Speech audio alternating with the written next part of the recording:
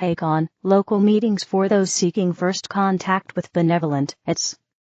My dearest brothers and sisters, this is Hakann speaking. I greet you in peace and love. Currently, your world is gripped by fear. There's fear of a third world war, fear of people's children being drafted, fear of their cities going up in smoke, fear of economic hardship, fear of Trump, fear of the left, fear of the right, fear of immigrants, fear of the other, etc., etc. Now, the situation on Earth is within the band of predicted situations, and my prediction remains that likely, though not guaranteed, your lives will substantially improve, and you will meet us in 2024, or 2025. Two critical variables are the energy on Earth, and the level of consciousness of humanity. And those two variables keep rising. Which is good. Still, recently not as much progress has been made as we would have liked. The situation is very complex, but three prominent reasons for this are: the Grey Hats haven't made big public moves. There is some hope that the rising energies and current situation will nudge them to start taking open action, and even to potentially become actual White Hats at some point in the future, but so far this hasn't happened. Average people are waking up, but not that quickly. And the non-evil, spiritually awake people haven't come together to form a large, coherent group. You have actually been doing your light work, and your inner work, and you're holding onto the light quite well, and for that I commend you, and want to express my respect. But there isn't yet a clear, widely known, open, relatively large, non-corrupted light worker or first contact organization. The impact of light workers is being limited, because many of them are isolated. Of course, many souls of Earth humans also want the situation to speed up. And many souls are seeing that their lower selves are simply refusing to wake up, and that their lower selves are desiring comfort, and to basically go back a few decades, not realizing that this is a desire to return to a nicer form of slavery. Souls are really wanting their lower selves to wake up and to build a new world, and experience this new and heart-centered society. And also, if the population remains asleep, then either the Black Hats or the Grey Hats are going to win and be a hidden group of controllers who runs the world, which isn't great unless us galactics intervene in a direct way, which has the disadvantage that Earth humans won't learn their own lessons, and so the new Earth society might not be stable. So, basically, what souls are really wanting is that average people wake up and become informed, because that's the best path towards the kind of heart-centered society that everyone wants to see on Earth. Hence, many souls of Earth are nudging things towards big confrontations: NATO versus Russia, Trump versus Biden, or whoever the Democratic candidate will be, Israel versus Palestine, in order to shake their lower selves awake. The goal here isn't billions of deaths. The goal here is to wake up their own lower selves. Right now us galactics aren't yet doing a direct intervention, because creating these confrontations is the plan of the souls, the true selves, of many people of Earth, and we want to honor the free will choices of the souls of the people of Earth. Moreover, this is a plan that could work to finally wake enough people up. Indeed, the recent conviction of Trump has already woken up some more people to the unfairness that's going on. And the Ukraine-Russia-NATO situation, and the, in my opinion, genocide in Gaza are helping some people realize that war sucks, and the people of Earth must learn to live together in peace. Furthermore, the current situation is increasing the pressure on the Grey Hats to actually start publicly arresting traitors, and provide public disclosure, because the Grey Hats don't want World War III. So it is possible, though certainly not guaranteed, that they will finally be nudged to take action in the not-too-distant future. So these global situations are nudging people to wake up. On the other hand, the current conflicts are also leading to even more fear on your world. So, I predict that things will get quite rocky. However, what's not going to happen is billions of people dying in an all-out nuclear war. Now, will we see a conventional World War III between NATO, Russia, and possibly others? Likely not. Hopefully the threat of it is enough to scare people awake, but I can't completely rule out World War III. Ultimately we are respecting the wishes of the souls of Earth humans. And frankly, many souls right now are nudging towards confrontation, because people are simply refusing to wake up, and souls are seeing few other ways of waking people up.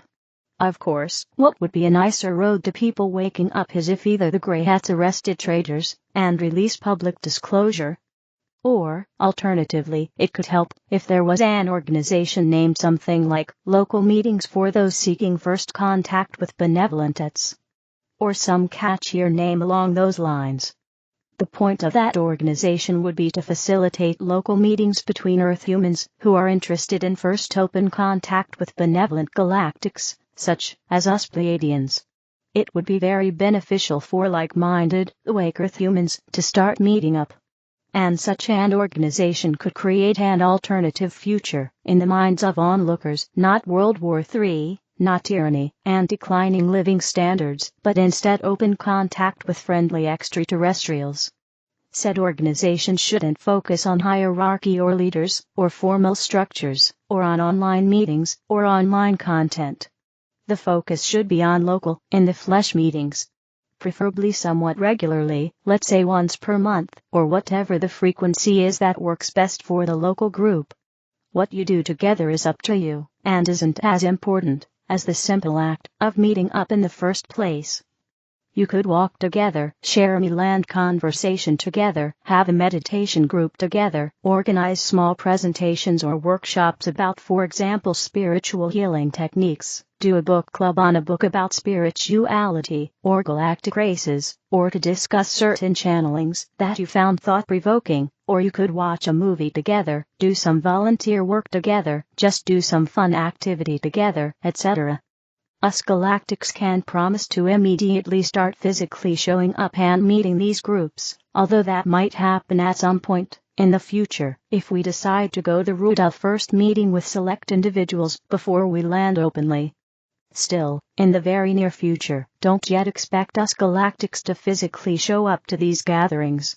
Instead, we suggest going to them with the intention of meeting and spending quality time with other like-minded Earth humans. The channeler has his hands full. If anyone feels called to start such an organization, you have the channelers and our blessing. The most important thing would be to have a website that facilitates people meeting up locally. And if you have made such a website, feel free to write comments linking to your site under future articles by this channeler. What you can also do is just arrange such a meetup without creating the whole organization.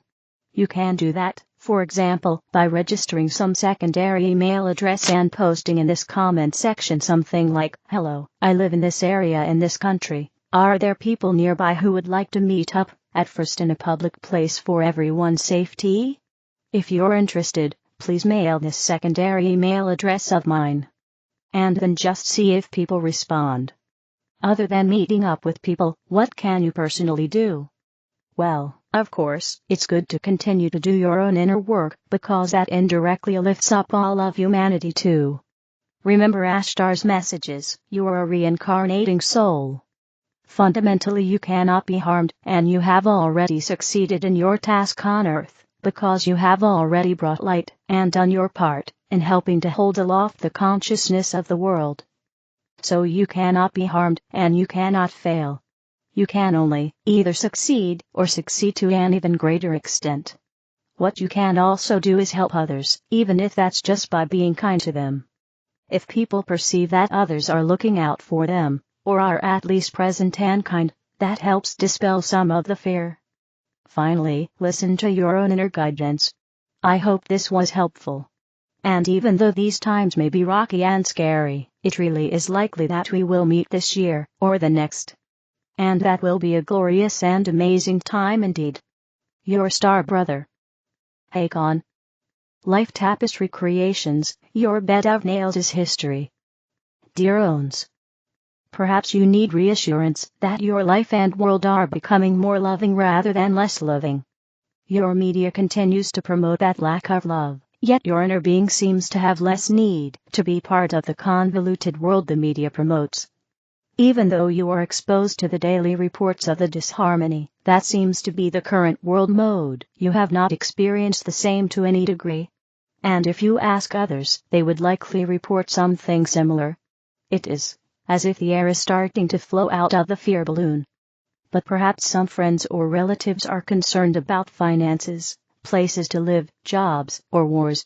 This is so for a reason, like a child who plays so hard they are exhausted, resulting in temper tantrums and other inappropriate behaviors. Even though you, as the parent, understand why they are reacting as they are, you want that behavior to end. So it is now.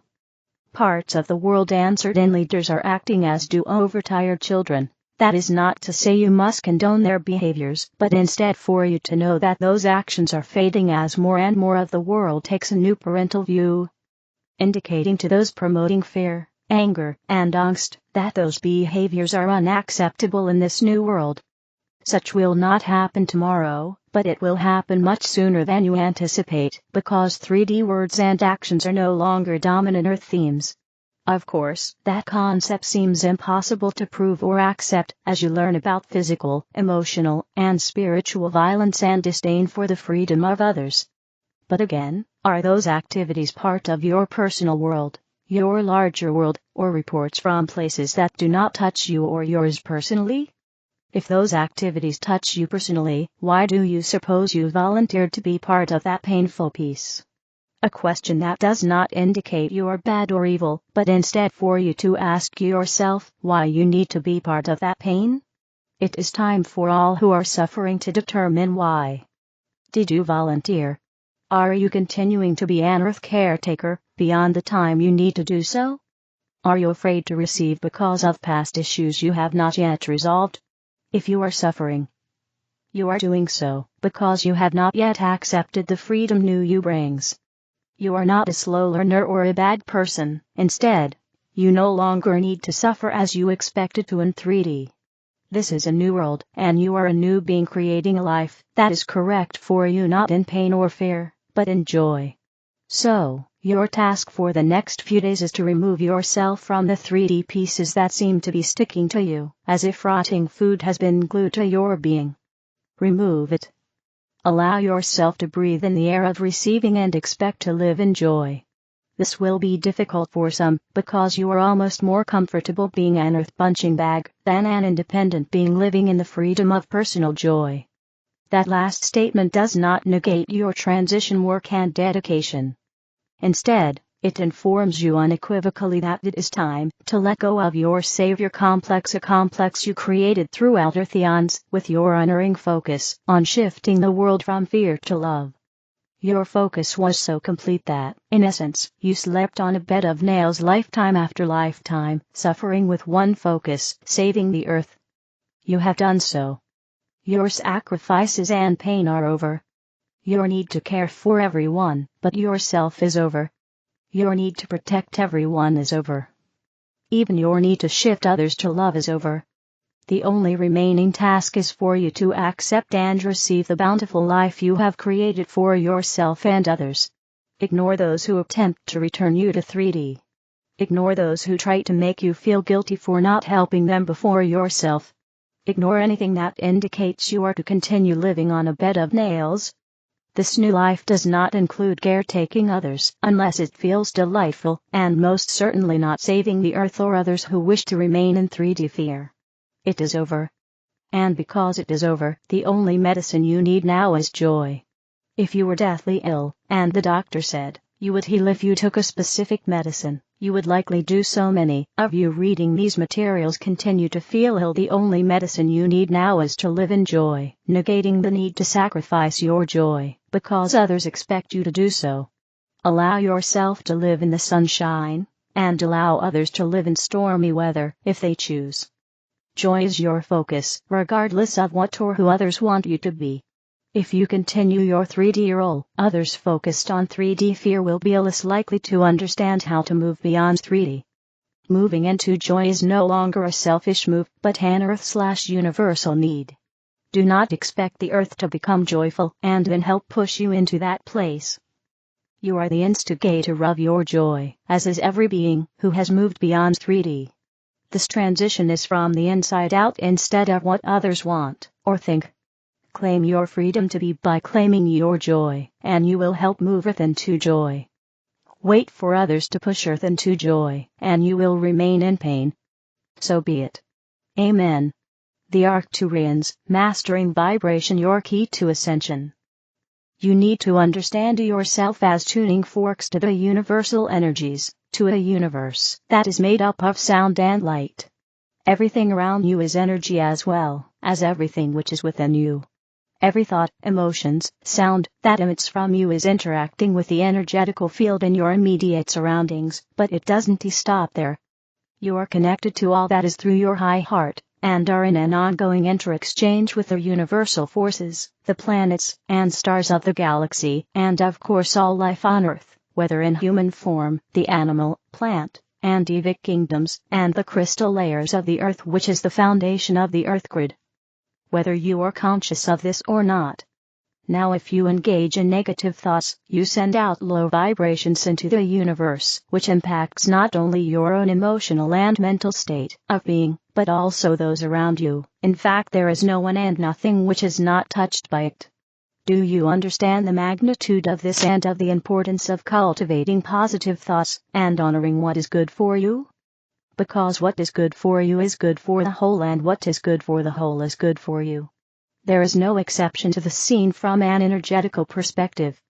Your ego might want it otherwise, because it is attached to certain outcomes and hence tries to control life and manipulate certain outcomes that it deems good for you. And that is the roots to all suffering. Thus the importance of monitoring your thoughts and engaging in high vibrations only, whether it be in your immediate environment, social engagement, nutrition, and general well-being.